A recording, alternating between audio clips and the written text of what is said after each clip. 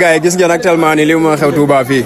Gars yi gis ngeen actuellement ni li moo xew Touba fii ci marché Ocass gis ngeen rang gi nii gars yaa ngi noonu gis ngeen Mansour Faye moo seere fii gis nga actuellement ni gis ngeen situation yi moo am Touba nit ñi wax dëgg yàlla état bi war nañu jàppale ci ay machine pour ñu mën a parrainer quoi parce que lii nit ñi mënuñu ko quoi waa Pastef mënuñu parrainer lii may gis nii nañ ñu jàppale ci ay machines yoo xam ni automatique nit ki day ñëw rek ñu dugal fii sa bi mu bind affaire yi nañ ñu jàppale ci ay machines yu ñu mën a parrainer parce que lii mënuñu parrainer fii 3 semaines ak lii may gis nii. non man ngeen a parrainer fii 3 semaines. xaj na fi nga yaakaar en Mansour vraiment mbind mi métti na de ak ni nit ñi ni mu demee ni situation yi. voilà kay mën naa la proposé daal.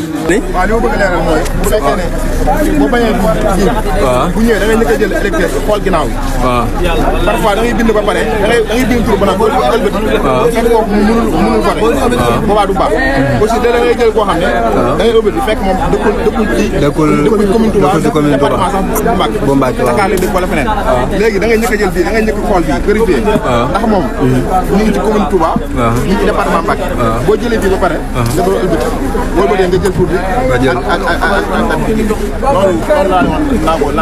ok dégg ngeen ko kon pour ñu maanaam daal képp koo xam ni comme ni nga ko leerale woon sànq ma jàllale ko képp koo xamante ni si commune Touba la bindoo moom fépp fu mu gis kuy parrainer mën naa dem parrainer ci moom voilà dégg ngeen ko kon